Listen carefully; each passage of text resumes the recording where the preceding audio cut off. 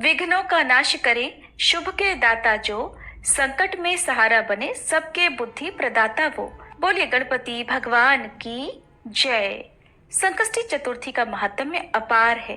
इस दिन विघ्नहर्ता गणपति का स्मरण कर हर संकट से मुक्ति पाई जा सकती है और ये पावन तिथि हर माह के कृष्ण पक्ष की चतुर्थी को आती है।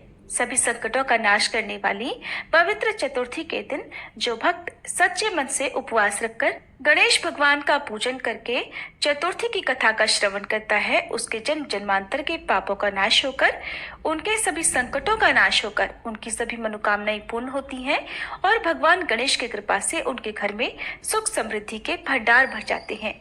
आइए आज आपको सुनाते हैं संकष्टी चतुर्थी की कथा। और कथा का शुभारंभ करने से पहले हम सब मिलकर भगवान गणेश को समर्पित संतान गणपति स्तोत्र का पाठ करते हैं।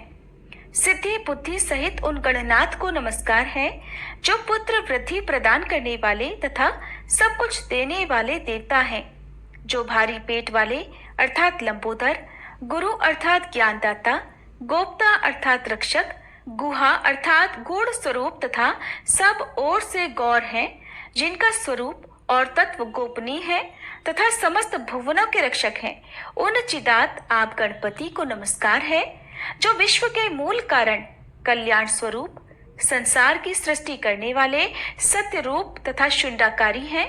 उन आप गणेश्वर को बारंबार नमस्कार है जिनके एक दांत और सुंदर मुख है, जो शरणागत भक्त जनों के रक्षक तथा प्रणत जनों की पीड़ा का नाश करने वाले हैं। उन शुद्ध स्वरूप गणपति को बारंबार नमस्कार है। देवेश्वर, आप मेरे लिए शरण दाता हो, मेरी संतान परंपरा को सुदृढ़ कीजिए। हे गणनायक, मेरे कुल में जो पुत्र हो वे सब आपकी पूजा के लिए सदा तत्पर हो। यह वर प्राप्त करना मुझे इष्ट है।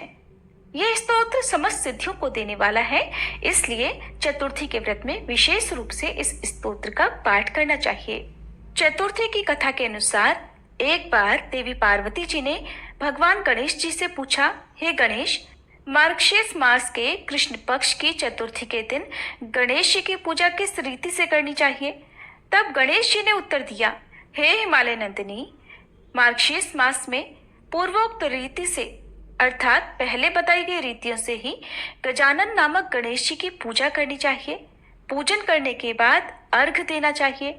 दिन भर व्रत रखकर पूजन के बाद ब्राह्मण को भोजन कराकर जौ, तिल, अक्षत, चीनी और घी का शाकला बनाकर हवन कराएं तो वह अपने शत्रु को वशीभूत कर सकता है। इस संबंध में मैं आपको एक प्राचीन इतिहास सुनाता हूँ, ध्यान पूर्वक सुनो।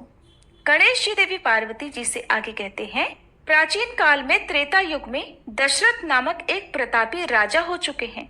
वे राजा आखेट प्रिय थे। एक बार अनजाने में ही उन्होंने एक श्रवण कुमार नामक ब्राह्मण का आखेट में वध कर दिया। तब उन ब्राह्मण के अंधे माता पिता ने राजा को शाप दिया कि जिस प्रकार हम लोग पुत्र शोक में मर रहे हैं, उसी तरह तुम्हें भी पुत्र शोक होगा। इससे तो राजा को बड़ी चिंता हुई। फिर उन्होंने पुत्रेष्टि यज्ञ कराया। फलस्वरूप जगदीश्वर श्री राम ने चतुर्भुज रूप से अवतार लिया। भगवती लक्ष्मी जी जानकी के रूप में धरती पर अवतरित हुई। पिता की आज्ञा पाकर भगवान श्री राम ने सीता जी और लक्ष्मण के साथ वन में खरदूषण आदि राक्षसों का वध किया। इससे क्रोधित होकर लोगों को रुलाने वाले रावण ने सीता जी का अपहरण कर लिया।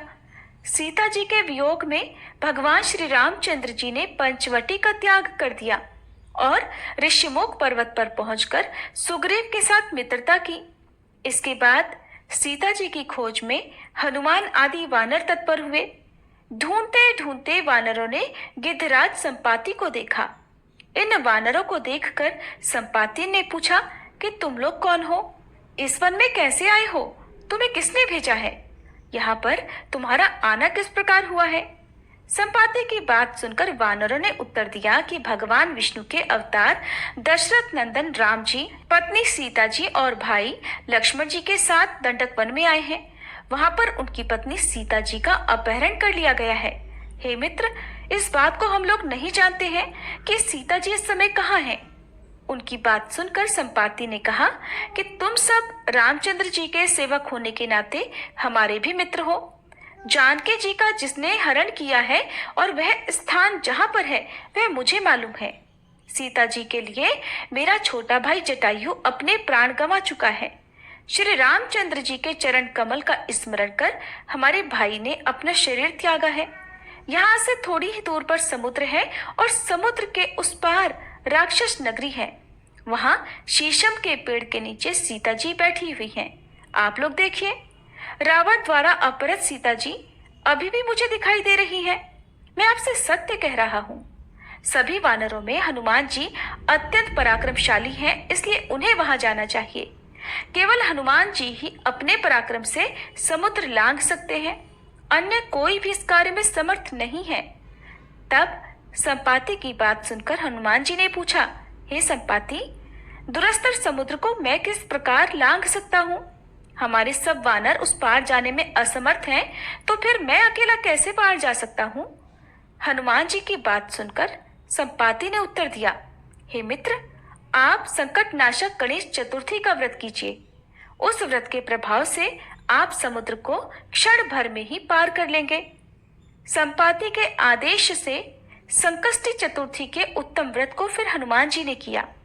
भगवान गणेश जी देवी पार्वती से कहते हैं, देवी, इसके प्रभाव से क्षण भर में हनुमान जी समुद्र को लांघ गए। इस लोक में इसके समान सुखदायक दूसरा कोई व्रत नहीं है। देवी पार्वती को मार्गशीर्ष कृष्ण पक्ष की संकष्टी चतुर्थी का महात्म्य बताकर गणपति भगवान मौन हो गए। भगवान श्री कृष्ण ये सारा वृतांत धर्मराज युधिष्ठिर को सुना रहे हैं। धर्मराज युधिष्ठिर से भगवान कहते हैं, हे युधिष्ठिर, अब आप भी इस व्रत को कीजिए। इस व्रत के प्रभाव से आप क्षण भर में ही अपने शत्रुओं को जीतकर संपूर्ण राज्य के अधिकारी बनेंगे। भगवान श्री कृष्ण के वचन सुनकर तब धर्मराज युधिष्ठिर ने भी गणेश चतुर्थी का व्रत किया और इस व्रत के पुण्य प्रभाव से वे अपने शत्रुओं को जीतकर राज्य के अधिकारी बन गए। गणेश चतुर्थी की तिथि पर स्नान के बाद सोने, चांदी, तांबे, पीतल या मिट्टी से बनी गणेश भगवान की मूर्ति की स्थापना करनी चाहिए। गणेश जी को स्नान के बाद जनेऊ धारण कराएं, अबीर, गुलाल, चंदन, सिंदूर, इत्र आदि चढ़ाएं, वस्त्र अर्पित करें, अक्षत चढ़ाएं, फूलों से श्रृंगार करें, गणेश मंत्र बोलते हुए दूर्वा चढ़ाएं, भगवान को लड्डुओं का भोग लगाएं, कपूर जलाएं, धूप दीप से आरती उतारें और कथा का पाठ भी अवश्य करें। इसके बाद सच्चे मन से भगवान से क्षमा मांगे। दिन भर उपवास रखें। शाम के समय एक बार फिर से पूजन करके चंद्र देवता की पूजा करके चंद्र देवता को अर्घ्य देकर व्रत का पारण करें। व्रत का पारण प्रसाद ग्रहण करके ही करना चाहिए। अगर संभव हो तो इस दिन घर में ब्राह्मणों को भोजन कराएं, उन्हें यथासंभव दान दक्षिणा दें। ये थी संकष्टी चतुर्थी की कथा। अब सुनिए चौथ माता की कथा और आरती। प्राचीन कथा के अनुसार एक बार एक सेठ सेठानी थे। उनके एक बेटा और बहू भी थे। बहू सबको भोजन कराकर फिर स्वयं भोजन करा करती। उनकी एक पड़ोसन ऐसी भी थी जो रोज बहू से पूछती कि बहू आज क्या बनाया खाया है। बहू कहती ठंडो बासी। एक दिन उसके पति ने ऐसा सुनकर विचार किया कि आज तो पकवान बनाए जाएं, फिर देखें मेरी पत्नी क्या कहती है। उसने तरह तरह के पकवान बनवाए और घर के सभी लोगों ने एक साथ बैठकर भोजन किया। आज भी पड़ोसन ने पूछा तो बहू ने वही कहा, ठंडो बासी। सेठ के लड़के ने सोचा हो ना हो कोई बात जरूर है जिस कारण मेरी पत्नी ऐसा कहती है। फिर उसने अपनी पत्नी से पूछा, तुम रोज ठंडो बासी खाया ऐसा क्यों कहती हो, जबकि हम सब ने तो एक साथ बैठकर कई तरह के पकवान खाए थे। तब उसकी पत्नी बोली, हम सब जो खा रहे हैं वह हमारे बाप दादाओं की कमाई है। जिस दिन आप कमा कर लाओगे उस दिन मैं समझूंगी कि हम ताजा भोजन कर रहे हैं। सेठ के लड़के ने इस बात पर खूब विचार किया। फिर एक दिन अपनी माँ से बोला, माँ, मैं एक बड़े शहर में पैसे कमाने जा रहा हूँ। माँ बोली, बेटा, हमारे पास तो इतना धन है कि खाए नहीं खाया जाएगा। माँ के मना करने पर भी बेटे ने खुद कमाने का निश्चय कर लिया और जाते समय अपनी पत्नी से बोला कि मैं जब तक कमाकर बहुत सारा धन लेकर वापस ना लौटा हूँ, तुम चूल्हे की आग मत बुझने देना। और फिर एक दिन चूल्हे की आग बुझ गई। तब वह मनी मन घबराने लगी, कहीं मेरे पति पर कोई संकट तो नहीं आ पड़ा। जल्दी से पड़ोस में से आग लाकर चूल्हे में रख दूं, ऐसा सोचकर वह पड़ोस में गई। वहां पड़ोसन चौथ माता का व्रत पूजन कर रही थी। पड़ोसन ने कहा, बहन थोड़ी देर में आकर ले जाना। बहू ने पड़ोसन से पूछा कि आप ये व्रत क्यों करती हो, इससे क्या मिलता है? पड़ोसन बोली, चौथ माता के इस व्रत को करने से अन्न लक्ष्मी मिले और अपनी मनोकामना भी पूरी होती है। अब बहू भी चौथ माता का व्रत करने लगी। दीवार पर चौथ माता बनाई और उस दिन घी गुड़ का चूरमा बनाकर रात को चंद्रमा को अर्घ्य देकर भोजन करती। ऐसा करते करते उसे बहुत दिन बीत गए। उधर चौथ माता ने बहू के पति को सपने में दर्शन दिए कि साहूकार के बेटे, तू जाग रहा है कि सो रहा है? तेरी पत्नी तुझे बहुत याद कर रही है। जा घर जा और उसकी चिंता मिटा। तू दुकान खोलकर कंकु केशर का पगलिया बना के बैठ जाना। आज तेरा सारा हिसाब किताब चुकता हो जाएगा। अब तो चौथ माता ने जैसा कहा था वैसा ही हुआ। उसने घर जाने की तैयारी की और गाड़ी भरकर धन दौलत लेकर चल पड़ा। रास्ते में एक बड़ा सा काला नाग फन फैलाए बैठ गया और बोला, आज तो मैं तुझे डसूंगा, छोड़ूंगा नहीं। तेरी उम्र पूरी हो गई है। सेठ का लड़का बोला, आज चौथ माता ने मुझे सपना दिया तो मैं अपनी पत्नी से मिलने घर जा रहा हूँ। वहां मेरी पत्नी मेरा इंतजार कर रही होगी, बहुत चिंता कर रही होगी। मैं उससे मिलकर जरूर वापस आऊंगा, तब तो मुझे डस लेना। नाग बोला, तुम अगर शपथ लेकर जाओ तो ही मैं तुम्हें जाने दूंगा। अगर तुम लौट कर नहीं आए तो मैं तुम्हारे घर पर आकर ही तुम्हें डस लूंगा। इस प्रकार साहूकार का वह बेटा सांप को वचन देकर अपने घर पहुंच गया। वहां सभी से हंसी खुशी से मिला और भोजन करके फिर एक कोने में उदास होकर बैठ गया। उसकी पत्नी ने उदासी का कारण पूछा तो पति ने काले नाग वाली बात बताते हुए कहा, अगर मैं उसके पास नहीं जाऊंगा तो वो घर आकर ही मुझे डस लेगा। पत्नी बहुत चतुर थी, बोली, आप घबराओ नहीं, लेट जाओ, मैं एक उपाय करती हूँ। पत्नी ने कमरे की 7 पैड़ी धोई। पहली पैड़ी पर रेत, दूसरी पर इत्र, तीसरी पर गुलाल फूल, चौथी पर कंकु केशर, 5वीं पर लड्डू पेड़ा, 6ठी पर गादी गलीचा और 7वीं पैड़ी पर दूध से भरकर कटोरा रख दिया। इस प्रकार वह 7 ही पैड़ी सजाकर बैठ गई। आधी रात होते ही वह नाग आकर पैड़ी चढ़ने लगा। पहली पैड़ी पर रेत में लौट गया और कहने लगा, सेठ की बहू ने आराम तो बहुत दिया, लेकिन क्या करूं, वचन से बंध कर यहाँ आया हूँ, इसलिए डसूंगा तो मैं जरूर। इस प्रकार 7 ही पैड़ियों पर वह नाग आराम करता हुआ और कहता कि डसूंगा जरूर कमरे में जाने ही वाला था कि चौथ माता ने विचार किया कि अगर मैं इसे नहीं बचाऊंगी तो संसार में धर्म कर्म और व्रत पूजन फिर कौन मानेगा। अब तो गणेश जी, चंद्रमा जी और चौथ माता ने साहूकार के बेटे को बचाने का विचार किया। चंद्रमा जी ने उजाला कर दिया, चौथ माता ढाल बन गई और गणेश जी ने तलवार लेकर नाग को मार दिया और ढाल से ढक दिया। बहू भी थकी हारी सो गई। दिन हुआ तो लोग बेटे से मिलने आए, परंतु बेटा बहू तो उठे ही नहीं थे। बहुत देर हो गई तो माँ उन्हें उठाने के लिए गई। माँ ने 7 पैड़ियों पर जो कुछ देखा तो बहुत घबराई और जोर से बेटे बहू को आवाज लगाई। बेटा बहू उठे तो देखा कि एक ढाल तलवार वहां पड़ी है।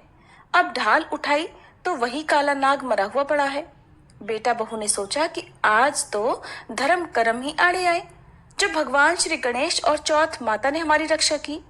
हे चौथ माता, आपने जैसे सेठ के बेटे बहू की रक्षा की, वैसे सब की रक्षा करना।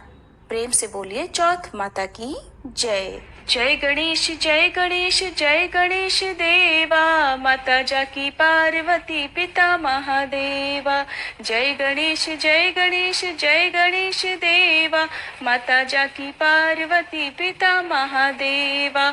एक दंत दयावंत 4 भुजाधारी, माथे सिंदूर सोहे मूसे की सवारी।